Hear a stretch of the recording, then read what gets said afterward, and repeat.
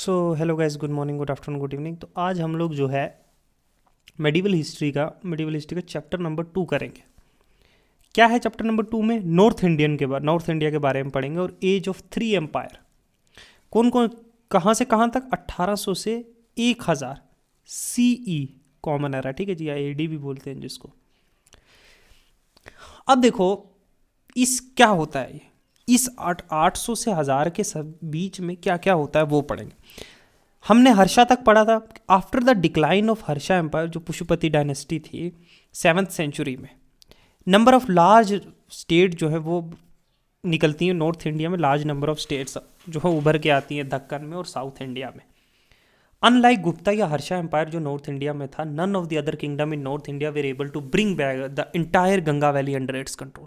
जैसे गुप्ता ने किया था एम्पायर ने, या हर्षवर्धन ने किया था, या हर्षा एम्पायर ने किया था कि पूरे नॉर्थ इंडिया जितना भी नर्मदा से ऊपर का है, जो गंगा वैली का है, बंगाल से लेकर पंजाब तक, एक एम्पायर के अंदर नहीं आ पाया।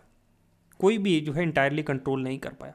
तो गंगा वैली की पॉपुलेशन और अदर रिसोर्सेज जो थे, जिसके बेसिस पे गुप्ता एम्पायर और हर्षा ने जो है, ठीक है, हर्षा एबल टू एक्सटेंड अपना कंट्रोल जो गुजरात तक कंट्रोल कर पाए थे, विच इज़ उसके सी पोर्ट, जो रिच सी पोर्ट है और मैन्युफैक्चरर है, जो इंपॉर्टेंट है ओवरसीज ट्रेड के लिए, जो बाहर के दूसरी कंट्रीज़ के साथ, दूसरे एम्पायर के साथ ट्रेड करने के लिए, वो नहीं कर पाए थे। मालवा और राजस्थान भी बहुत ज़रूरी था क्योंकि लिंक करता है बिटवीन गंगा वैली और गुजरात को, मालवा और राजस्थान। तो ये रीजन भी बड़ा एक स्ट्रेटेजिकली इंपॉर्टेंट था कंट्रोल करना। तो ये डिफाइंड जो जोग्राफिकल लिमिट थी एम्पायर्स की नॉर्थ इंडिया में। अब this defined geographical limit of the north India, so in south India जैसे चोला थे, वो जो है कृष्णा, गोदावरी और कावेरी जो डेल्टा है वो अपने कंट्रोल में ले आए थे, कंट्रोल कर रहे थे, और उसके बेसिस पे जो है उनकी सुप्रीमेसी थी साउथ इंडिया में। जो लार्ज स्टेट जो नॉर्थ इंडिया में उभरी, अरोज हुई, मतलब बनी, और दक्कन में जो है 1750 से 1000 तक लेटर, ठीक है, वो कौन कौन सी थी? एक तो पालास थे जो डोमिनेट करते eastern India till the mid of the 19th century, मतलब बंगाल का एरिया, ये वाला वेस्ट बंगाल से लेकर ब्रह्मपुत्रा का एरिया। और वो कौन थे? पालास। तो पाला जो थे वो कंट्रोल कर रहे थे अपना ईस्टर्न इंडिया। प्रतिहाराज एम्पायर जो था, जो डोमिनेट कर रहा था वेस्टर्न इंडिया और upper Gangetic valley till the middle of 10th century. ये जो प्रतिहाराज थे ये गुजरात का एरिया जो है, प्रेजेंट डे राजस्थान, मालवा, ठीक है, सेंट्रल इंडिया। और राष्ट्रकूटास जो थे, जो चालुक्यास की जगह थी, उससे पहले जो वाकाटकास की जगह थी, तमिलनाडु का सतवानास की जगह जो उससे पहले थी, ये राष्ट्रकूटा जो दक्कन का एरिया कंट्रोल कर रहे थे, जो कर्नाटका, महाराष्ट्र का एरिया है, थोड़ा थोड़ा मध्य प्रदेश, और कंट्रोल कर रहे थे टेरिटरी नॉर्थ और south of India various time पे। ये 3 पावर्स थी। पहली कौन सी होगी? पालास। दूसरी कौन सी होगी? प्रतिहारास। तीसरी कौन सी होगी? राष्ट्रकूटास। इसी को कहते हैं ट्राईपार्टा स्ट्रगल। किसके लिए स्ट्रगल कर रहे थे?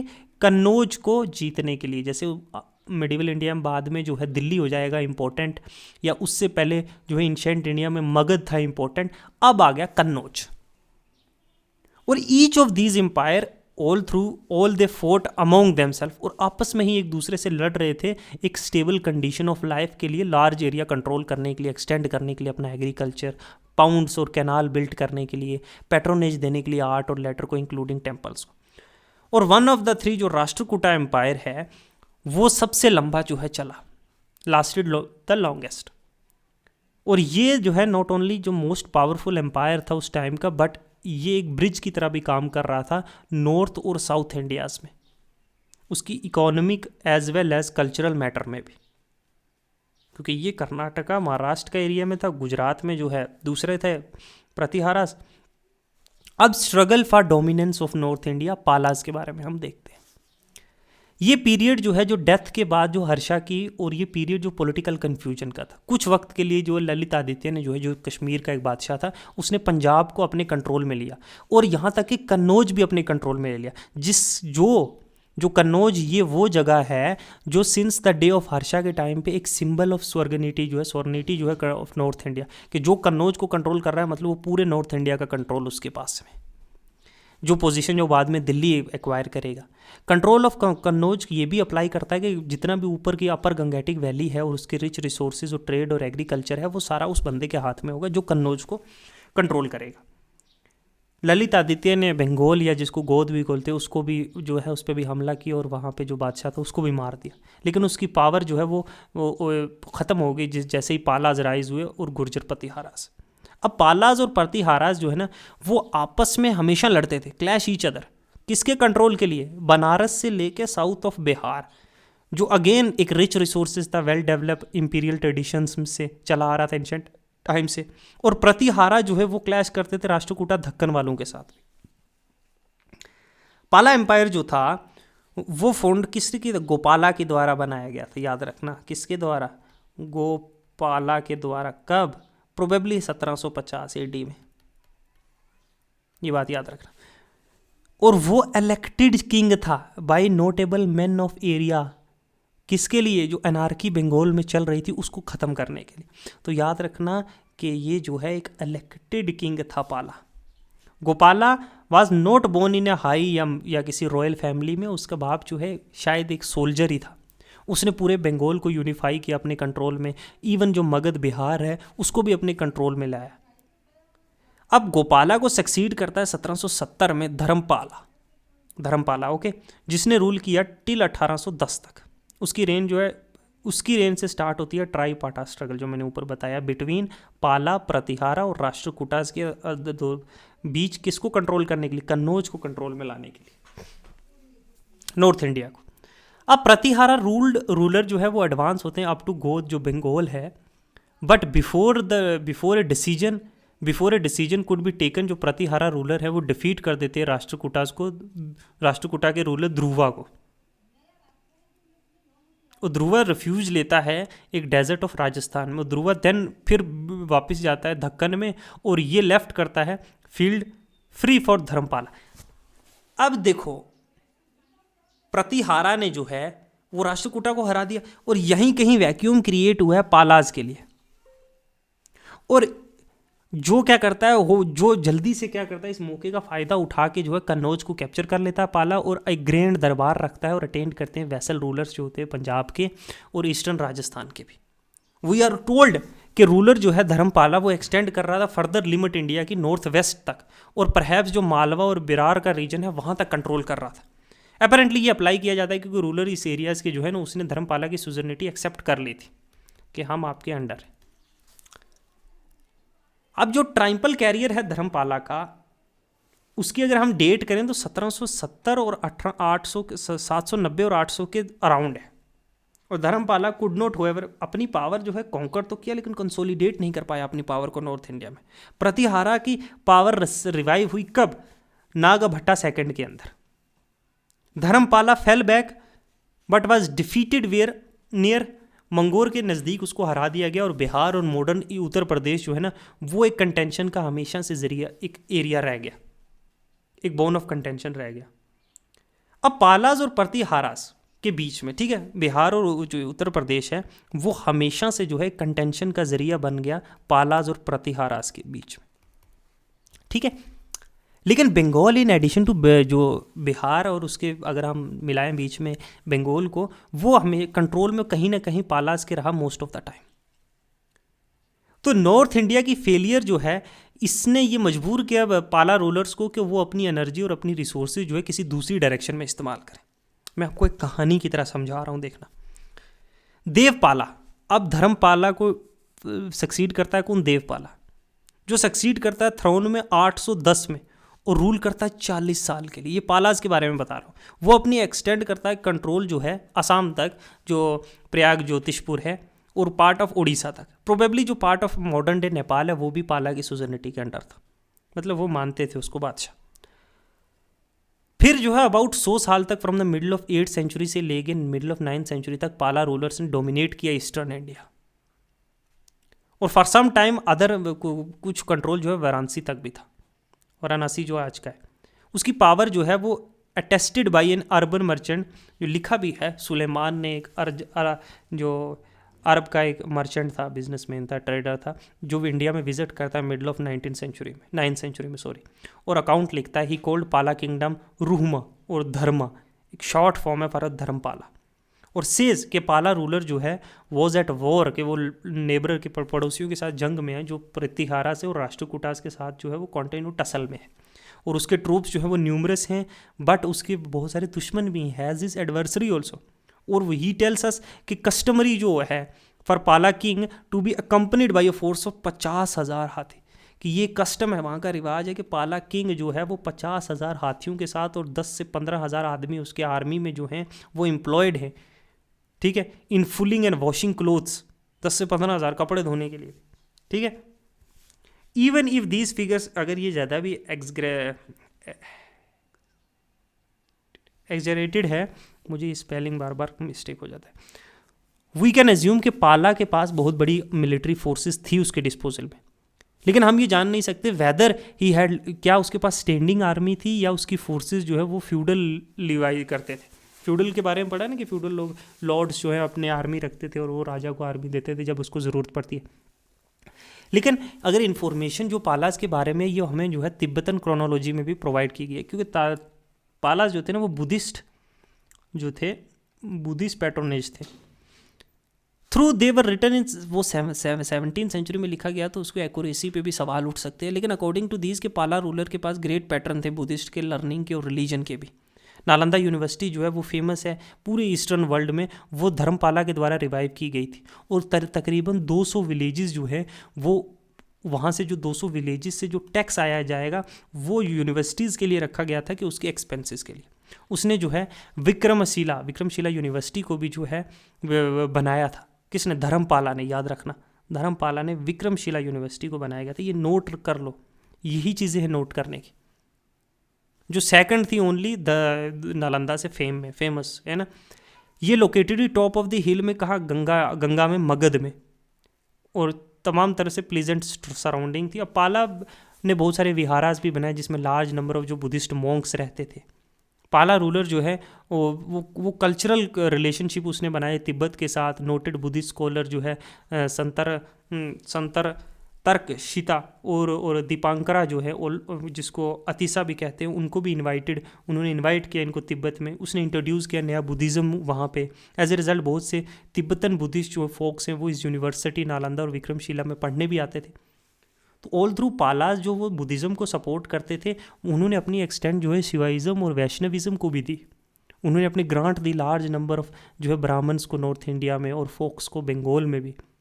उनके सेटलमेंट को हेल्प किया, एक्सटेंशन उनकी कल्टीवेशन के लिए इन एरियाज़ में। ट्रांसफॉर्मेशन किया बहुत सारे पेस्टोरलिस्ट और फूड गैदरर को सेटल डाउन करने के लिए, जो लोग इधर उधर जो घूमते थे, खाते पीते थे, जंगलों में जो है चराओ, उनको एक जगह रहने के लिए जो है उनको सेटल किया। ग्रोइंग प्रोस्पेरिटी, जो बंगाल में बड़ी प्रोस्पेरिटी हो रही थी, इससे हेल्प भी हुआ। जो कल्चर और जो ट्रेडिशन, ट्रेड और कल्चर कॉन्टैक्ट हुए दूसरे साउथ ईस्ट एशिया के साथ, बर्मा, मलेशिया, मालिया, जावा, सुमात्रास के साथ। अब जो ट्रेड है साउथ ईस्ट एशिया के साथ वो बड़ा प्रॉफिटेबल हुआ होगा। उसने इसकी प्रोस्पेरिटी जो खुशहाली है पाला एम्पायर की वो और इंक्रीज़ की होगी। बहुत सारा गोल्ड सिल्वर जो है वो फ्रॉम दीज कंट्री वो बंगाल में आया होगा। तो जो पावरफुल सेलेंद्रा डायनेस्टी है जो बुद्धिस्ट थी फेथ में, विच रूल्ड ओवर दी माला, जावा और सुमात्रा ने, और वो नेबरिंग आइलैंड में उसने बहुत सारी एम्बेसीज भेजी पालाकोट में, और उसने परमिशन भी ली कि वो मोनेस्ट्री बिल्ड करे नालंदा में, रिक्वेस्ट की पाला रूलर से। तो देवपाला जो है उसने 5 विलेजेस को जो है दी, खास करके इसका देखभाल के लिए, जो इनकी टैक्सेस आएंगी इन विलेजेस से, वो इस नालंदा यूनिवर्सिटी की देखभाल करिए। उनकी रिक्वेस्ट पे उन्हें ग्रांट किया गया टेस्टिमनी, क्लोज रिलेशनशिप दोनों एम्पायर्स के बीच में देखा गया हमें, ठीक है। तो ये पाला रूलर की जो है हिस्ट्री के बारे में हम लोगों ने जाना, ठीक है।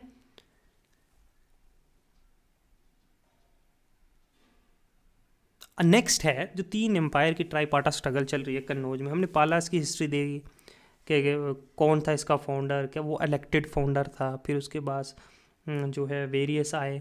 उसके बाद हम लोग चलेंगे प्रतिहारास की तरफ। तो प्रतिहारा जो थे ना वो कन्नौज पे बहुत अरसे तक रूल किया उन्होंने, और इनको गुर्जर प्रतिहारा भी कहते हैं, क्योंकि मोस्ट ऑफ द स्कॉलर ये कंसिडर करते हैं ये जो थे ये इनका ओरिजिन गुर्जर से हुआ। जो गुर्जर्स मतलब जो पेस्टोरलिस्ट और फाइटर थे, जैसे जाट है ना, ये भी एक तरह की कास्ट है, ठीक है। अब ये प्रतिहाराज ने एस्टैब्लिश की एक सीरीज ऑफ प्रिंसिपैलिटी जो सेंट्रल और ईस्टर्न राजस्थान में, और ये क्लैश करते थे, हमेशा लड़ते रहते थे किससे? राष्ट्रकूटा से कंट्रोल के लिए, मालवा और गुजरात के कंट्रोल के लिए। तो गुर्जर प्रतिहाराज और लेटर जो है कन्नौज के लिए भी जो अप्लाई किया गया अपर गंगेटिक वैली के लिए। प्रतिहारा जो थे वो फर्स्ट थे जिनकी कैपिटल जो थी भिनमाल थी, जो गेन हुई प्रोमिनेंस में नागाभट्टा के अंडर, जो सबसे इनका इंपॉर्टेंट रूलर था, जिन्होंने ऑफर किया रेजिस्टेंस अरब रूलर को भी, सिंध में जो उनके साथ भी लड़ते रहे उनको भी इंटर होने से रोका इंडिया में। और वो ट्राइंग टू जो गुजरात, राजस्थान और पंजाब में इंटर होने की कोशिश कर रहे थे अरब्स। अब अरब ने बड़ी थ्रस्ट डाली थी गुजरात की तरफ, और उन्होंने डिसाइसिवली डिफीट भी किया था चालुक्यन रूलर्स को 1738 में। ठीक है, कि अरब्स जो है वो कॉन्कर करना चाहते थे गुजरात को। ऑल थ्रू जो स्मॉल छोटे छोटे अरब्स के इनकर्जन्स हो रहे थे वो कंटिन्यू रहे, और अरब का थ्रेट कुछ देर बाद बिल्कुल ख़त्म हो गया। अब जो एफर्ट्स थी अर्लियर प्रतिहारा रूलर्स की कि अपना कंट्रोल जो है पूरे अपर जो गंगा वैली है उसमें करें और मालवा तक, वे डिफीटेड राष्ट्रकूटा रूलर्स के जो है ध्रुवा के द्वारा वो डिफीट हो गए, है ना, और गोपाला थर्ड के द्वारा। अब 1790 में क्या हुआ, अगेन इन 1806 एंड 7, ये दो बार, एक बार ध्रुवा के द्वारा, एक बार गोपाल थर्ड। अब राष्ट्रकूटा ने प्रतिहारास को हरा दिया, then withdrew to the Deccan, वो वापस दक्कन की तरफ चले गई, leaving the field free for Palas. देखो राष्ट्रकूटा ने जो है हराया तो सही इनको, लेकिन हरा के वो फिर से वापस अपने दक्कन की तरफ चले गए। यही पालास को चांस मिला। परहैप्स ये मेन इंटरेस्ट जो राष्ट्रकूटास का था वो मालवा और गुजरात का डोमिनेशन था, और जो रियल फाउंडर प्रतिहारा एम्पायर और एंड द ग्रेटेस्ट जो रूलर था उस डायनेस्टी का वो था भोजा। ठीक है, we do not know much about उसकी अर्लियर लाइफ, भोजा के बारे में नहीं पता चलता, लेकिन जब वो थ्रोन पे असेंड हुआ, जब वो थ्रोन पे बैठा तो उसने रीबिल्ड किया अपने एम्पायर को, और अबाउट 1836 तक उसने रिकवर कर लिया कन्नौज को, जो है कैपिटल था प्रतिहारा एम्पायर का, फॉर ऑलमोस्ट ए सेंचुरी। अब भुज ने अपना एक्सटेंड जो है ईस्ट की तरफ घुमाया, पालास की तरफ, लेकिन वो हरा दिया गया, और चेकमेट बाई पाला रूलर जो देवपाला के द्वारा जो है भुजा को हरा दिया गया। फिर वो घूमता है सेंट्रल इंडिया की तरफ, वो दक्कन और गुजरात की तरफ, और फिर से रिवाइवल और स्ट्रगल जो है राष्ट्रकूटास के साथ शुरू हो जाता है।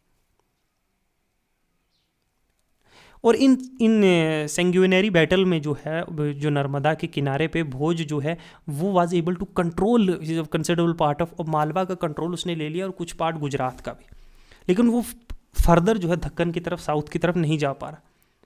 फिर वो अपनी अटेंशन घुमाता है नॉर्थ की तरफ दोबारा से। एक इंस्क्रिप्शन के अकॉर्डिंगली इसकी टेरिटरी एक्सटेंड करती थी वेस्ट साइड रिवर सतलुज से, एक अरब ट्रैवलर ये बताता है। ठीक है, Arab traveller tells us that the Pratihara ruler के पास सबसे अच्छी बेस्ट कैवलरी थी इंडिया में, इंपोर्टेड हॉर्स घोड़े थे बाहर से लाए हुए सेंट्रल एशिया और अरब से, और अरब एक जो है ना was the important item of India, Arabia एक इम्पोर्टेंट आइटम था इंडिया के ट्रेड का उस टाइम पे। अब देवपाला की होती है डेथ, ये कौन है, पाला रूलर है, और यहीं से पाला एम्पायर हो जाता है कमज़ोर, और भोज जो है अपनी एक्सटेंड जो है वो एक्सटेंड करना चाहता है ईस्ट की तरफ। तो name of Bhoja is famous in the legends. Perhaps जो एडवेंचर था भोजा का, जो earlier part of his life का, उसका ग्रेजुअल रिकन्क्वेस्ट और फिर उसका लॉस्ट एम्पायर का, और उसकी फाइनल रिकवरी जो कन्नौज की है, वो स्टक कर दिए कहीं ना कहीं इमेजिनेशंस उसके कंटेम्प्रेरीज में। भोजा एक डिवोटीज विष्णु था, ठीक है, डिवोटीज ऑफ विष्णु था, और उसने अडॉप्ट किया हुआ था टाइटल जो है आदिवरहारा, जिससे विच हैज़ बीन फाउंडेड, जो इंस्क्राइब उसकी इंस्क्रिप्शंस में है, उसकी कॉइन्स के ऊपर जो है इंस्क्राइब किया हुआ है, उसे जो है मिहिर भोज भी कहते हैं। टू डिस्टिंग्विश हिम फ्रॉम भोजा परमारा ऑफ उज्जैन का जो था, जो बाद में रूल करेगा, उससे अलग करने के लिए माहिर भोजा उसको कहा जाता था। अब भोजा प्रोबेबली डाइड इन 1855, और फिर उसका सन जो है महेंद्र पाला फर्स्ट। अब ये पाला नहीं है महेंद्र पाला, ये प्रतिहारा का है महेंद्र पाला फर्स्ट, ये याद रखना कहीं कंफ्यूज ना हो जाए। तो महेंद्र पाला रूल करता है टिल 908-909 तक, और मेंटेन करता है एम्पायर जो भोजा ने एक्सटेंड किया था अप टू मगध और नॉर्थ बंगाल तक।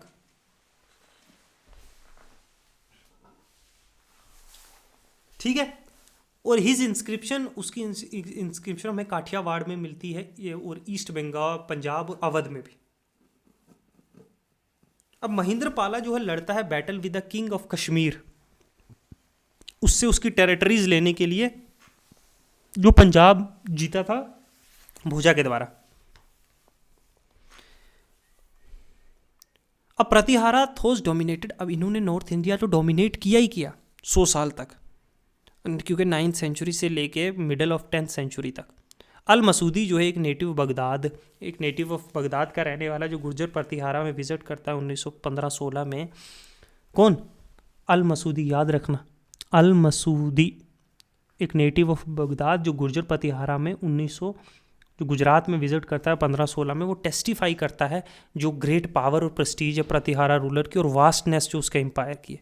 वो कहता है गुर्जर प्रतिहारास को किंगडम अल जुजार, एक करप्ट फॉर्म ऑफ गुजर प्रतिहारास को, और किंग ऑफ जो है ब्योरा, प्रोबेबली एक मिस जो है प्रोनाउंसिएशन है आदि वराह की, जो टाइटल यूज़ किया जाता है भोजा की तरह। और थ्रू भोजा जो है उस वक्त मर चुका होता है, लेकिन अल मसूदी कहता है कि ये जो एम्पायर है जुज़र, उसके पास 1,80,000 जो है विलेजेस, शहर और जो रूरल एरियाज़ हैं, और अबाउट 2,000 किलोमीटर लेंथ में और 2,000 किलोमीटर breadth में, मतलब 2,000 किलोमीटर का 2,000 स्क्वायर किलोमीटर का एरिया, नहीं स्क्वायर किलोमीटर गलत होगा क्या ना।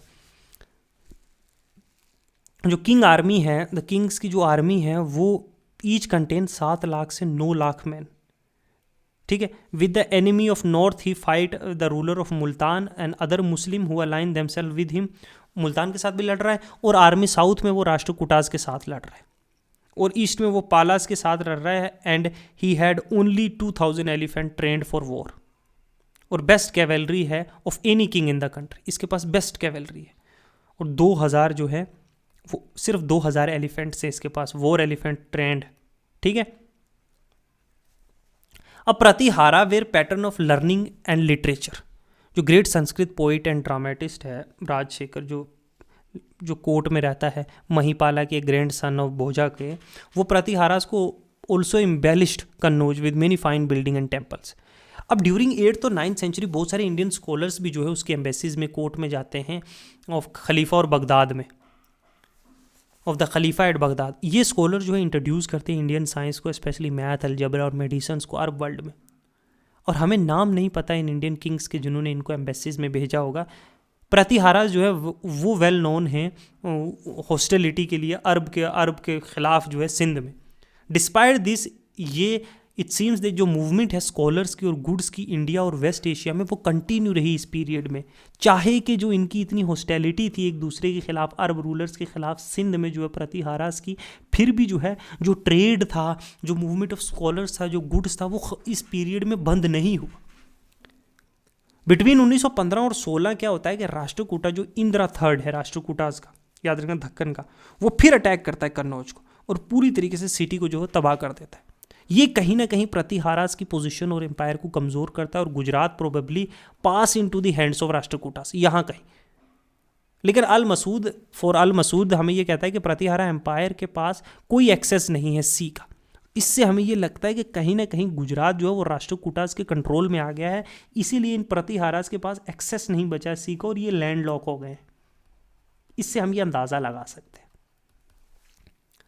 अब लॉस ऑफ गुजरात जो एक हब है ओवरसी ट्रेड का, बाहर ट्रेड करने के लिए, क्योंकि पोर्ट्स है वहाँ पे, और एक मेन आउटलेट है कि नॉर्थ इंडिया का जितना भी गुड है वेस्ट एशियन कंट्री में जाने के लिए। ये एक और जो है बड़ा ब्लो था प्रतिहारास के लिए। एक और राष्ट्रकूटा रूलर जो कृष्णा 3 है, वो फिर इन्वेड करता है 963 में जो है नॉर्थ में, और डिफीट करता है किस? प्रतिहारा रूलर्स को। और यहीं से जो है एक फॉलो रैपिड डेजोल्यूशन इस एम्पायर का होना शुरू हो जाता है। ये देखो ये था गुर्जर प्रतिहारास का एरिया, ये है पाला एम्पायर, और ये था परमार्स, और ये राष्ट्रकूटास, और सबको कंट्रोल करना है क्या? कन्नौज। ये कन्नौज को कंट्रोल करना है इन्हें, ठीक है। ये है वो नर्मदा के बेल्ट, ये है इससे ऊपर जो है ये है ये नॉर्थ इंडिया का जो गंगा वैली है, ये एरिया, और ये इन तीनों के बीच में जो है कंटिन्यूसली टसल होती है, गुर्जर प्रतिहारास, राष्ट्रकूटास और पाला एम्पायर, ठीक है। तीसरा चलते हैं हम राष्ट्रकूटास की तरफ। वाइल जो पाला और प्रतिहारा हैं वो रूल कर रहे थे नॉर्थ इंडिया में, मैंने आपको बताया, और दक्कन जो है वो रूल किया जा रहा था राष्ट्रकूटास के द्वारा। एक रिमार्केबल डायनेस्टी है जिसने एक बड़े बड़े वॉरियर्स जो है प्रोड्यूस किए, और एक एडमिनिस्ट्रेटर भी। The kingdom was founded by Dantidurga के द्वारा ये किंगडम राष्ट्रकूटास जो है फाउंड की थी, जिसकी कैपिटल थी मनियाकेत और मालखेद जिसको बोलते हैं नियर शोलापुर। अब राष्ट्रकूटा वो डोमिनेट कर रहे थे एंटायर एरिया जो है नॉर्थन महाराष्ट्र का, और वो इंगेज भी थे प्रतिहारास के साथ फॉर दी आवर लॉर्डशिप की गुजरात की जो कंट्रोल अपने अंदर लिया जाए और मालवा का, हमने जैसा ऊपर देखा है। ऑल थ्रू जो उनकी रेड थी उनका रिजल्ट जो है एक्सटेंशन जो राष्ट्रकूटा एम्पायर का गंगा वैली तक था। वहाँ से वो बहुत सारे प्लंडरिंग करते थे और बहुत सारा फेम भी लिया राष्ट्रकूटा से। राष्ट्रकूटा जो है कॉन्स्टेंटली लड़ रहे थे ईस्टर्न चालुक्य और वेंगी से जो मॉडर्न डे आंध्र प्रदेश में, और साउथ में वो पल्लवाज और कांची और पांड्याज जो है मदुराई, इनके साथ भी लड़ रहे थे। तो चारों तरफ से घिरे हुए थे। प्रोबेबली जो ग्रेटेस्ट राष्ट्रकूटा रूलर था वो गोविंदा थर्ड था, जो 1793 और 1814 के बीच में, और अमोघोष वर्षा जो थे 1814 से 78 के बीच में ये थे। देखो इनकी सक्सेसफुल जो एक्सपीडिशन जो नागभट्टा के द्वारा हुई थी कन्नौज की, और जो अनेक्सेशन हुआ मालवा का, गोविंदा थर्ड ने वो अपना जो है फिर अपना कंसंट्रेशन जो है वो साउथ की तरफ घुमाया। हमें ये एक इंस्क्रिप्शन में पता चलता है कि गोविंदा जो है वो टेरिफाइड था केरला से, पांड्या और चोला से, उनसे डरा हुआ था, एंड कॉज्ड पाला टू विदर। अब गंगा जो थे कर्नाटका के Ganga, who became dissatisfied with the baseness and bound down with fetter and met with death, जो किंग था लंका, किंग ऑफ लंका, और उसके मिनिस्टर्स थे who have been neglectant of his own interest, उन्हें पकड़ा गया और brought over to the prisoner of हालापुर।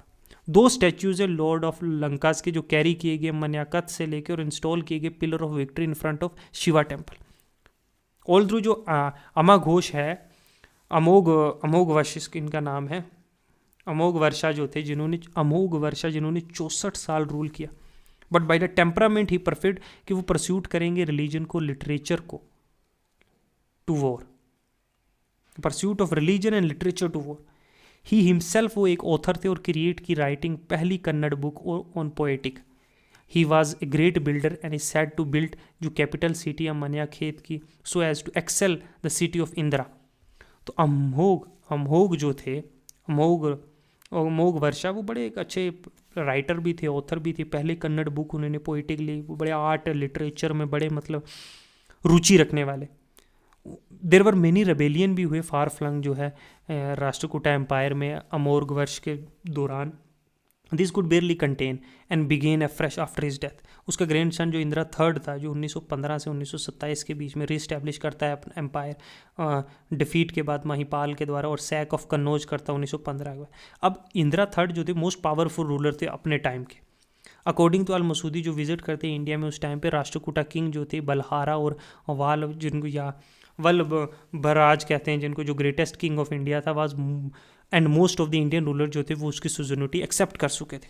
Respected is and वो क्योंकि ही पोजेस लार्ज आर्मी और इनन्यूमरेबल एलिफेंट। कृष्ण थर्ड जो थे वो लास्ट लाइन ऑफ जो है ब्रिलियंट रूलर थे। किसके?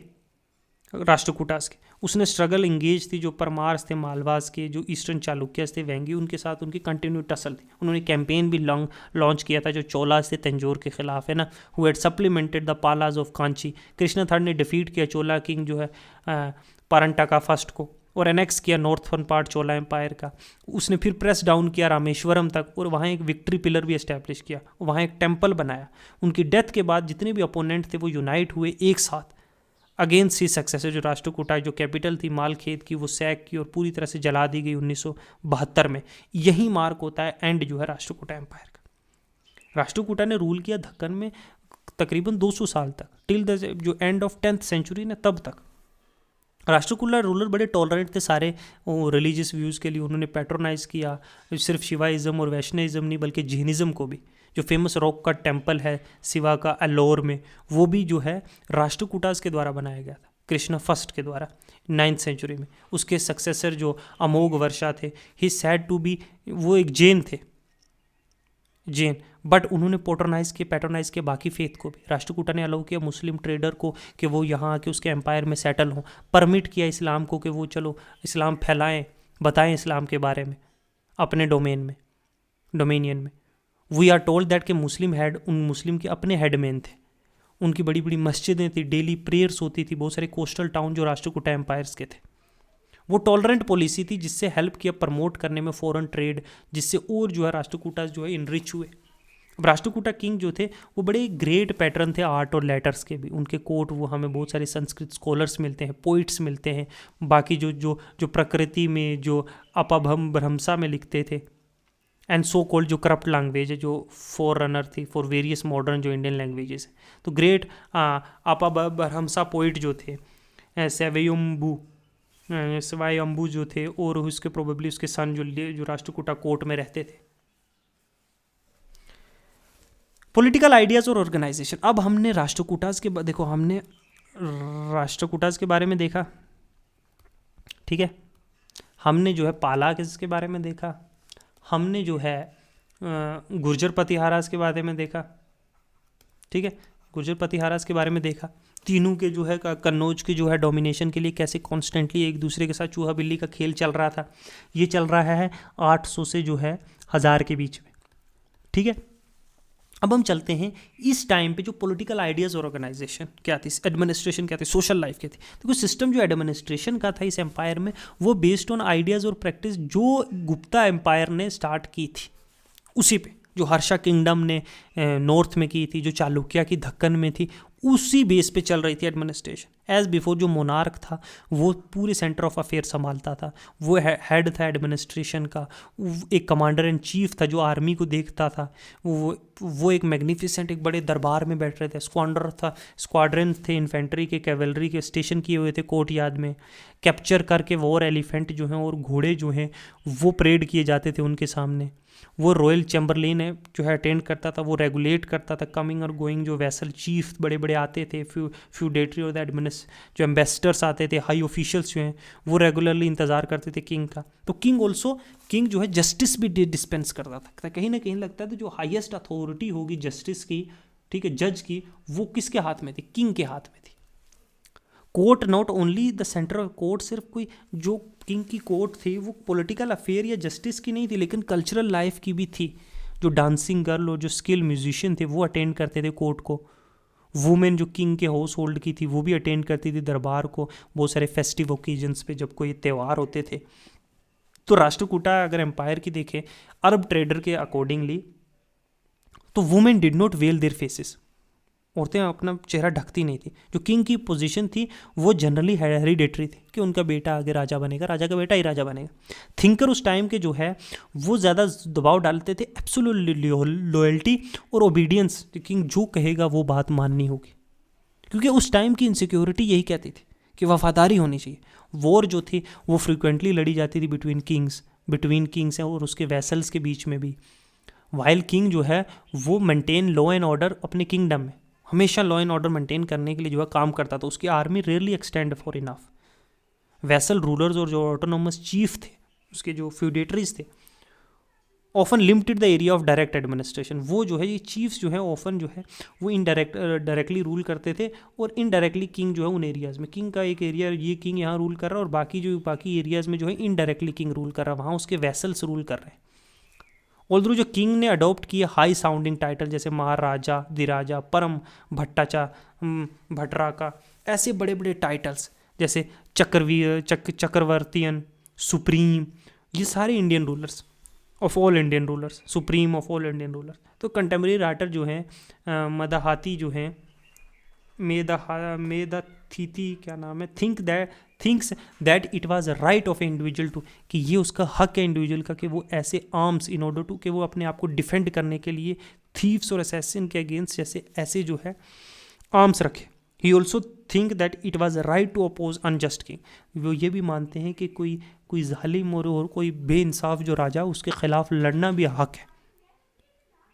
थोस the extreme view of royal rights और privileges but put forward mainly in Puranas and we not accept by all thinkers. अब रूलर्स जो है ना सक्सेशन की वो इतना रिजिडली फिक्स भी नहीं था। जो एल्डर सन था सबसे बड़ा वही राजा बनता था, बट बहुत सारे इंस्टेंसेस ऐसे भी हैं जैसे एल्डर सन को लड़ना पड़ रहा है छोटे भाई के साथ, और कभी कभी हार भी जाता था, छोटा भाई राजा बन जाता था बड़े को हरा के। जैसे राष्ट्रकूटा रूलर जो ध्रुवा और गोविंदा हैं 4, उन्होंने डिस्पोज देयर एल्डर ब्रदर्स, अपने बड़े भाई को मार के खुद राजा बने। कुछ रूलर जो हैं वो डेजिग्नेटेड, कुछ रूलर्स ने पहले बताते कि एल्डर सन या कोई दूसरा फेवरेट सन जो युवराज है वो उसका सक्सेसर होगा। इन दैट केस जो युवराज है ना वो कैपिटल में ही रहता था और हेल्प करता था टास्क एडमिनिस्ट्रेशन के। जो यंगर ब्रदर था उसको प्रोविंसेस में गवर्नर बना दिया जाता था, जैसे औरंगजेब को गवर्नर नहीं बना दिया था अलग अलग जगहों पे, और दारा सिकू को जो है वो जो है औरंगजेब ने जो है वहीं आगरा में रखा हुआ था। तो प्रिंसेस जो थी, जो राजकुमारियाँ थी, उनको रेयरली अपॉइंट किया जाता था किसी भी गवर्नमेंट पोस्ट पे।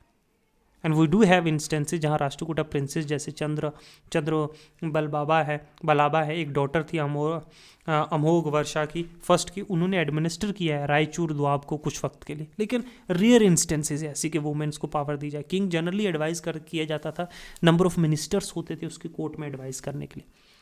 मिनिस्टर जो है वो राजा के द्वारा चुने जाते थे, और जनरली लीडिंग फैमिली, बड़ी एरिस्टोक्रेटिक फैमिली से, बड़े लॉर्ड्स की फैमिली से। उनकी पोजीशन जो थी ज़्यादातर हेरिडेटरी थी, फिर उनके लड़के भी जो है आगे मिनिस्टर बनेंगे। तो पाला के केस में हम ये देखते हैं कि जो ब्राह्मण फैमिलीज हैं वो सप्लाई करती थी 4 successive chief ministers to Dharmapala और फिर उसके सक्सेसर्स को। इन सच केसेस जो मिनिस्टर्स हैं could become very powerful. All through we hear के नंबर ऑफ जो डिपार्टमेंट है सेंट्रल गवर्नमेंट में, we do not know how many of them were there and how they work. बहुत सारे departments थे central government को चलाने के लिए, लेकिन हमें ये नहीं पता था कितने हैं नंबर में और उनके क्या क्या काम थे। एपिग्राफीज और लिटरेरी रिकॉर्ड्स जो हैं जो सामने आते हैं ऑलमोस्ट हर किंगडम्स के, तो वो मिनिस्टर कॉरस्पॉन्डेंस के, फॉरेन मिनिस्ट्री के, रेवेन्यू के, ट्रेजरी के, चीफ ऑफ आर्मी, सेनापति, चीफ जस्टिस या पुरोहित, ऐसे नाम सामने आए हैं। मोर दैट एक post could be combined in one person. कभी कभी मोर देन वन पोस्ट, मतलब 2-3 पोस्टों को भी जो है वो एक बंदा जो है वो लीड कर रहा है। परहैप्स वन ऑफ द जो मिनिस्टर है ना वो कंसीडर जो चीफ या लीडिंग मिनिस्टर है हुम जो king learn more than others. All जो मिनिस्ट्री हैं एक्सेप्ट जो पुरोहित है वो उनसे एक्सपेक्ट किया जाता था कि वो आर्मी को लीड करेंगे किसी कैंपेन में जब उनसे कहा जाएगा। हमें ये भी होता है कि हमने ऑफिशियल्स वो भी देखे रॉयल हाउस होल्ड जो अंतपुर जो घर की देखभाल करेगा ऑफिशियल, ठीक है, ऐसे ऑफिशियल रॉयल जो घर है जो महल है उसकी जो है उसकी निगरानी की, उसके एडमिनिस्ट्रेशन के लिए, क्योंकि किंग जो है वो फाउंटेन हेड है सब पावर्स का। कुछ ऑफिसर जो हाउस होल्ड के वो भी बड़े पावरफुल बन जाते थे जो महल की देख रेख करेंगे। आर्मी ऑफिसर्स जो थे वो बड़े इंपॉर्टेंट थे मेंटेनेंस और एक्सपेंशन के लिए एम्पायर के। हमें ऑलरेडी बहुत से एविडेंसेस देखें जो अरब ट्रैवलर थे, पालास के, प्रतिहारा और राष्ट्रकूटा किंग्स के पास बड़ी लार्ज और वेल ऑर्गेनाइज इन्फेंट्री और कैवलरी थी, large number of war elephant थे। एलिफेंट सपोजली इसलिए थे वो स्ट्रेंथ और ग्रेटली प्राइज्ड भी थे। एलिफेंट जो है वो बहुत ताकत के लिए भी इंपॉर्टेंट थे और बहुत कीमती भी होते थे। लार्ज नंबर ऑफ एलिफेंट जो मेंटेन किए जाते थे पाला किंग्स के द्वारा, लार्ज नंबर ऑफ हॉर्सेज जो इंपोर्ट किए जाते थे राष्ट्रकूटाज और प्रतिहारास के द्वारा सी के थ्रू, अरबिया और वेस्ट एशिया से, क्रूशान ईस्ट पर्शिया से और सेंट्रल एशिया से। तो प्रतिहारा किंग्स बिलीव करते थे कि हमारे पास फाइन कैवलरी होनी चाहिए कंट्री में, है ना। देर कोई वॉर चैरियट का जो है रेफरेंस नहीं मिला है, शायद वो जो है अब यूज से जो है पीछे चले गए होंगे। बहुत सारे किंग्स स्पेशली राष्ट्रकूटास के पास लार्ज नंबर ऑफ फोर्ट्स थे, किले थे, है ना, गैरिसन थे जहाँ स्पेशल ट्रूप्स को रखा गया था, अपनी इंडिपेंडेंट जिनके कमांडर्स होते थे हर एक डिवीजन के। तो इन्फेंट्री कंसिस्ट करती है रेगुलर इरेगुलेटरी ट्रूप्स, और लेवीज प्रोवाइड किए जाते थे वेसल चीफ्स को। वेसल चीफ्स के द्वारा भी तो फौज सोल्जर्स प्रोवाइड किए जाते थे कि कितने सोल्जर हमें प्रोवाइड किए जाएं फलानी एक्सपीडिशंस के लिए, तो वो भी होता था। रेगुलर ट्रूप्स जो हैं ज़्यादातर जो रेगुलर ट्रूप थे वो ऑफन हेरिडेटरी थे, और कुछ टाइम कभी कभी वो डिफरेंट रीजन ऑफ इंडिया से भी लाए जाते थे, रिक्रूट किए जाते थे। तो जो पाला इन्फेंट्री थी वो उसमें जो है सोल्जर मालवा के भी, खासा आसाम के भी, लता गुजरात के भी थे और कर्नाटका के भी थे। तो Pala king perhaps the Rashtrakuta had their own navies, अपनी नेवी भी होगी जो, क्योंकि अगर आप लोग वाटर बॉडी और पोर्ट्स को कंट्रोल कर रहे हो तो आपके पास नेवी भी होगी ना, आप लार्ज शोर लाइन को प्रोटेक्ट करने के लिए, है कि नहीं। जो एम्पायर था वो कंसिस्ट कर रहा था एरिया जो या तो वो डायरेक्टली एडमिनिस्ट्रेटेड था जो एरिया, और बाकी रूल किया जा रहा था वेसल चीफ के द्वारा, जो आगे उसके चीफ्स होंगे, जो गवर्नर्स होंगे उनके द्वारा। कुछ ऑटोनोमस एरिया भी था जो इंटरनल अफेयर जहाँ कंसर्न है, कुछ स्पेशल ऑब्लिगेशंस भी होती थी, लॉयल्टी, एक फिक्स सैलरी, कुछ स्पेशल कोटा होता था ट्रूप्स के लिए कि सप्लाई करने पड़ेंगे ओवरलोड के द्वारा। समटाइम एक सन, किसी वेसल चीफ का सन, उसको रिक्वायर किया जाता था कि वो कहाँ वहीं रहेगा ओवरलोड कि गार्ड करने के लिए किसी भी रेबेलियन कोई जो है ना हो, तो vessel chief were required to attend, दरबार उन्हें अटेंड करना पड़ता था, जो ओवरलोड उनका जो बादशाह है, किंग है, स्पेशल ओकेजन्स पे। और समटाइम उन्हें ये भी कहा जाता था कि वो मैरी करें किसी न किसी डॉटर से या उसके किसी बेटे से, अपनी बेटी की शादी करें, तो रिलेशनशिप लॉयल्टी के लिए। अब वेसल्स जो हैं, जो उनके फ्यूडेटरीज हैं, उनके साथ वो कहीं पे भी गद्दारी कर सकते हैं, क्योंकि उनके पास भी स्टैंडिंग आर्मी है, वो जो राजा को नहीं दे, ठीक है। तो ये जो है मैट्रिमोनियल रिलेशनशिप भी बना लेते थे ताकि डिसलॉयल्टी ना हो। ये वेसल चीफ जो है वो भी तो इंडिपेंडेंस के लिए अपने इंस्पायर कर रहे होंगे ना, कि हम भी आज़ाद हो गए, अपनी एक इंडिपेंडेंट स्टेट बनाए, खुद के अपने किंग बने, हम किसी की सुजनिटी के अंदर क्यों रहें। तो वो फ्रिक्वेंटली लड़ते भी थे एक दूसरे के साथ भी, फ्यूडल लॉर्ड्स, और कभी कभी ओवरलॉर्ड के साथ जो राजा किंग होता था। तो राष्ट्रकूटास ने जो है ना, वो कॉन्स्टेंटली अपने वेसल्स चीफ्स ऑफ जो वंगाई का, जो आंध्रा का है, उनके साथ, कर्नाटका के साथ जो है वॉर लड़ी है। और प्रतिहारा ने भी परमार सो, मालवा के परमार और चंडेलास जो है बुंदेलखंड, उनके साथ लड़ा है। यही बाद में अपने इंडिपेंडेंट जो है किंगडम बनाएंगे इनके डिसइंटीग्रेशन के बाद, प्रतिहारास के, चंडेलास और बुंदेलखंड, ठीक है। तो डायरेक्टली एडमिनिस्ट्रेटेड टेरिटरी जो पाला और प्रतिहारा एम्पायर की थी ना, वो डिवाइड की गई थी भुक्तीज में, मतलब प्रोविंसेस में। भुक्तीज याद रखना, हमने एंशेंट में ही पढ़ा था। और मंडला और वेसियाज जो थे वो डिस्ट्रिक्ट्स थे, और गवर्नर जो प्रोविंस का था उसको कहा जाता था उपरिकास, या फिर हेड ऑफ द डिस्ट्रिक्ट को जो है विषयापति कहा जाता था। तो उपारकी जो है वो एक्सेप्ट किया जाता था कि वो लैंड कलेक्ट करेगा land revenue, law and order को मेंटेन रखेगा, हेल्प करेगा आर्मी के साथ, ठीक है। और विषयापति से ये एक्सपेक्ट किया जाता है अपनी जुरिस्डिक्शन के अंदर। तो एक जो है गवर्नर है, उससे ये एक्सपेक्ट किया जाता है कि उस प्रोविंस के अंदर वो स्टैंडिंग आर्मी को मेंटेन करेगा, वहाँ के लॉ एंड ऑर्डर को, जस्टिस जो है उसको, वहीं एक डिस्ट्रिक्ट है उसके अंदर जो है उसको यही विषयपति जो होता है उससे भी यही एक्सपेक्टेशन की जाती है। तो इस पीरियड के अंदर जो स्मॉल चीफ्टन से, जिनको समंताज कहते थे या भोगापतिस कहते थे, ये बड़े इंक्रीज हुए नंबर में, जिन्होंने नंबर ऑफ विलेजेस को जो है जो कंट्रोल करने लगे। जो विषयपति थे, जो स्मॉलर चीफ थे, वो मर्ज हो गए एक दूसरे के साथ। और लेटर वर्ड आया समंता, जो इनडिस्क्रिमिनेटली यूज़ होने लगा दोनों के लिए। राष्ट्रकूटास की किंगडम कुछ डायरेक्टली एडमिनिस्ट्रेटर एरियाज थे जो डिवाइड किए गए थे राष्ट्राज में, मतलब प्रोविंसेस में, राष्ट्रकूटास के द्वारा। विषयज और भुक्तीज में जो हेड था राष्ट्राज का, उन्हें राष्ट्रपति कहा जाता था, ठीक है। छोटे छोटे एरियाज को एडमिनिस्टर करने के लिए डिवाइड किया गया था किंगडम को, और वो परफॉर्म करते थे सेम फंक्शन जैसे उपरिकाज करते थे पालाज में। तो उपरिका जो है वो गवर्नर के लिए यूज होता था पालाज में, ठीक है, पाला एम्पायर में, ठीक है। और राष्ट्रा जो है वो यूज होता था राष्ट्रकूटा एम्पायर में, ठीक है, प्रोविंसेस के लिए, और उनको कंट्रोल करता था राष्ट्रपति। समझा?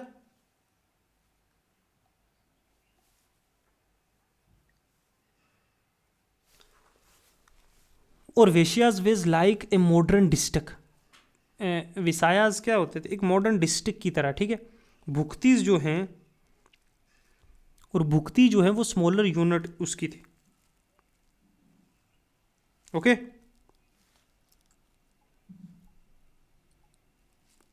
समझे?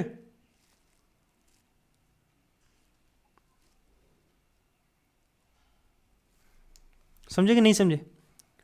इन पाला और प्रतिहारा एम्पायर जो यूनिट बिलो वेशिया से, उसको हमने पट्टला कहते थे, जो सबसे छोटी यूनिट है नीचे। वो precise role in smaller unit का हम नहीं जानते। इट सीम कि उनका पर्पस था कि रियलाइजेशन, जो लैंड रेवेन्यू है वो कलेक्ट करने के लिए, कुछ अटेंशन लॉ एंड ऑर्डर को देने के लिए। अपेरेंटली जितने भी ऑफिशियल्स थे वो उनको पे कैसे किया जाता था? उनको ग्रांट देकर, फ्री लैंड देकर, ज़मीनें, जो सरकार की ज़मीनें होती थी ना किंग की, वो लैंड ग्रांट दी जाती थी कि ये लैंड लो। और ये tend to blur the distinction. कहीं ना कहीं ये जब लैंड ग्रांट्स देने लगे ना, इसने जो लोकल ऑफिशियल्स और हेरिडेटरी चीफ्स थे ना, उनके बीच की और जो स्मॉल वेसल थे उनके बीच की लाइन को ब्लर करने लगे। सिमिलरली जो राष्ट्रपति या गवर्नर था वो भी सेम स्टेटस एंजॉय करता था जैसे एक वेसल किंग एंजॉय करता है। जो बड़ा किंग है उसके अंडर जो किंगडम, ये इसकी सुजर्निटी के अंडर, ये एक छोटा किंग है जो इसकी सुजर्निटी मान रहा है कि इस बड़े एम्पायर में। कहीं ना कहीं ये और एक गवर्नर जो है एक प्रोविंस का, जो डायरेक्टली कंट्रोल है इसके अंदर, ये इनडायरेक्टली इसको कंट्रोल कर रहा है, ये डायरेक्टली इसको कंट्रोल कर रहा है, सेम एंजॉय करते थे। बिलो ये टेरिटोरियल डिवीजन थी विलेजेस की, जो विलेज जो थी बेसिक यूनिट एक एडमिनिस्ट्रेशन की थी, जो कैरी की जाती थी विलेज हेडमैन के द्वारा, और ये village accountant whose post were generally इनके हेरिडेटरी थी कि विलेज हेडमैन का आगे जो है बेटा बनेगा। इनको पे किया जाता था, ग्रांट या रेंट फ्री ज़मीनें दी जाती थी कि आप रेंट फ्री ज़मीन है, इस पर आप जितना मर्जी उगाओ, ये किंग की ज़मीन है, ठीक है, इस पर आप जो भी उगाओगे वो आप रख सकते हो, इसका प्रॉफिट। तो हेडमैन जो है वो ऑफन हेल्प करता था ड्यूटीज़, जैसे विलेज एल्डरमैन जो गामा महाजना है या ग्रामा महात्राना है, इनको हेल्प करते। तो राष्ट्रकूटा किंगडम पार्टिकुलरली कर्नाटका में देयर वर विलेज कमेटी जो लोकल स्कूल्स, टैंक और टेम्पल्स और रोड्स की देखभाल करते थे। वो मनी और प्रॉपर्टी इंटरेस्ट भी जो है रिसीव करते थे किंग के द्वारा, एंड मैनेज उनको करते थे। वहाँ सब कमेटीज़ भी वर्क करती थी क्लोज कोऑपरेशन के साथ विलेज हेडमैन के साथ। जो परसेंटेज जो रेवेन्यू कलेक्ट किया जा रहा है उससे जो है थोड़ी परसेंटेज खुद भी रखते थे। छोटे छोटे डिस्प्यूट्स जो हैं है ना वो डिसाइड किए जाते थे इन कमेटीज़ के द्वारा। टाउन्स में जो है सिमिलर कमेटीज़ होती थी, वहाँ भी एक हेड होता था ऑफ ट्रेड गिल्ड का जो एसोसिएट होता था। लॉ एंड ऑर्डर टाउन्स और एरियाज़ में जो है इमीडिएट विसिनिटी में वो रिस्पॉन्सिबिलिटी थी कोष्टपालास की या कोतवाल की। एक फिगर है जो सिमिलर जो फेमिलियर है बहुत सारी स्टोरीज में हम कोतवाल सुनते हैं, जो छोटे छोटे टाउन्स में जो है देख रेख करता था।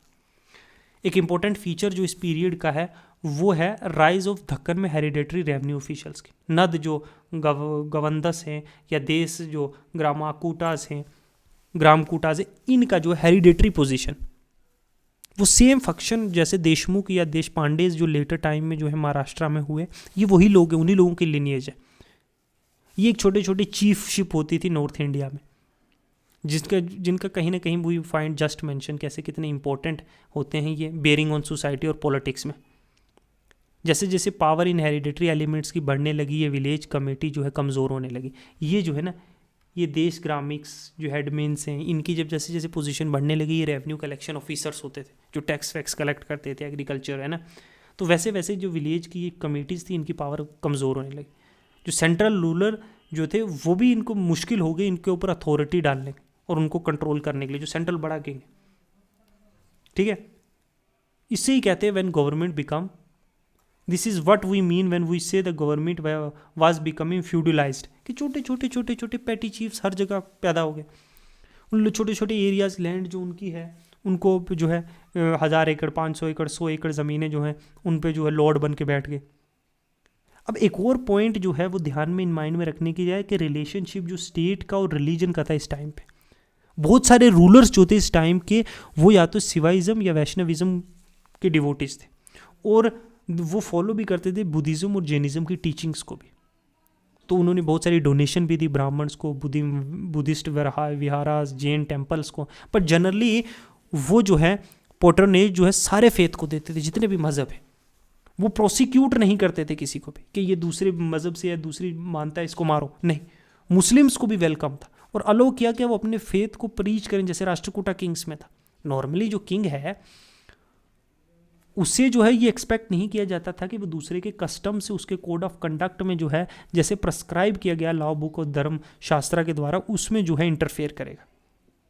बट वो अपनी जर्नल ड्यूटी करता था ब्राह्मण्स को प्रोटेक्ट करने के लिए, मेंटेन करने के लिए। एक जो डिवीजन है सोसाइटी की 4 स्टेट्स में और या वर्नाज में या 4 कास्ट में, जो पुरोहित था उससे एक्सपेक्ट किया जाता था वो गाइड करेगा किंग को इन छोटे छोटे मैटर्स में। But it should not be thought कि जो पुरोहित है वो इंटरफेयर करता था स्टेट के अफेयर में या डोमिनेट करता था किंग को।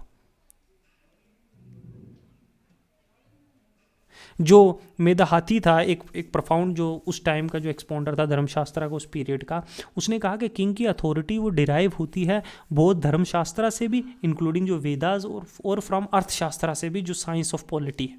तो दोनों से जो है किंग की अथॉरिटी जो है वो डिराइव होती है। उसकी पब्लिक ड्यूटी जो उसका राज्य धर्म है वो बेस्ड ऑन अर्थशास्त्र है, जो एक प्रिंसिपल ऑफ पॉलिटिक्स है। अब दिस रियली मेंट के पॉलिटिक्स और रिलीजन जो हैं वो एक एसेंस है, इन दोनों को अलग रखना पड़ेगा। लेकिन रिलीजन बीइंग एसेंशियली एक पर्सनल ड्यूटी है किंग की, रिलीजन एक पर्सनल ड्यूटी है। Those king were not dominated by priest, उनको ये नहीं पंडित लोग डोमिनेट करते थे, रिलीजन उसकी एक पर्सनल ड्यूटी है। But the secret law expounded by them, religion was however एक इम्पोर्टेंट था अपने लेजिटिमेसी और अपने स्ट्रेंथ करने के लिए as a ruler, as a king, कि वो कौन से रिलीजन को मानता है। लेकिन बहुत से रूलर्स ने इसीलिए तो बड़े बड़े टेम्पल्स बनाए लोगों को दिखाने के लिए, बादशाहत अपनी कैपिटल्स में बड़े हैंडसम लैंड ग्रांट दिए, ज़मीनें दी टेम्पल्स बनाने के लिए और चीज़ों के लिए ब्राह्मण्स को। ठीक है, वो अपनी लेजिटिमेसी के लिए इंपॉर्टेंट है एक मज़हब को प्रोफाउंड करना। जहाँ मेजोरिटी एक रिलीजन रह रहा है ना, इतनी पॉपुलेशन को जो है बताने के लिए, यही अशोका ने गलती की। Ashoka start patronising Buddhism. इससे कहीं ना कहीं जो लार्ज जो मेजोरिटी पॉपुलेशन थी ब्राह्मणिज्म की, मेजोरिटी जो ब्राह्मणिकल पॉपुलेशन थी, वो उससे क्या हो गई, नाराज हो गई। वहीं से जो है डाउनफॉल स्टार्ट हो गया मौर्यन एम्पायर का। तो लेजिटिमेसी के लिए जो है रिलीजन इंपॉर्टेंट था। बट एज फॉर अगर हम इस 800 से जो है 1000 जो है एडी के बीच में देखें, तो बड़े सेकुलर व्यू के साथ जो है वो काम करते थे। उन्होंने लार्ज टेम्पल्स बनाए, नो डाउट, बट उन्होंने फ्रीडम भी दी कि Muslims from the Arab can preach freely. उन्होंने विहारास बनाए, उन्होंने जो है जैनिज्म को प्रीच करने के लिए फ्री हैंड दिया। ठीक है, उन्होंने उनको जो है लैंड ग्रांट्स उनको भी दी, अगर ब्राह्मण्स को दी हैं तो। ये नहीं कि जैसे जो डार्क एजिज में जो है जो यूरोप में डोमिनेट करता था चर्च, कैथोलिक चर्च, वैसा नहीं था। प्रीस्ट डोमिनेटेड नहीं था। किंग के पास डिवाइन राइट टू रूल है, बट वो बड़े सेकुलर इन व्यू थे, बड़ी प्लूरलिस्टिक सोसाइटी थी। ठीक है, हमें कोई लार्ज स्केल जो है प्रोसिक्यूशन नहीं दिखता है इस एज में, खासकर जब मल्टीपल रिलीजन जो है वो फ्लोरिश कर रहे थे। ठीक है, मल्टीपल रिलीजन जो है फ्लोरिश कर रही थी इस दौर में इंडियन सब कॉन्टिनेंट में। समझे? तो ये था आर्ट, कल्चर और लिटरेचर, और जो 3 हमने जो ट्राईपाटा स्ट्रगल के जो है पढ़ा, किसके, कन्नौज को जो है करने के लिए। ईस्ट में कौन था, पाला एम्पायर। वेस्ट में कौन था, गुर्जर प्रतिहारास। और साउथ में कौन था, दक्कन में कौन था, राष्ट्रकूटास। समझे? तो आज के लिए इतने ही रखते हैं। Thank you, good bye.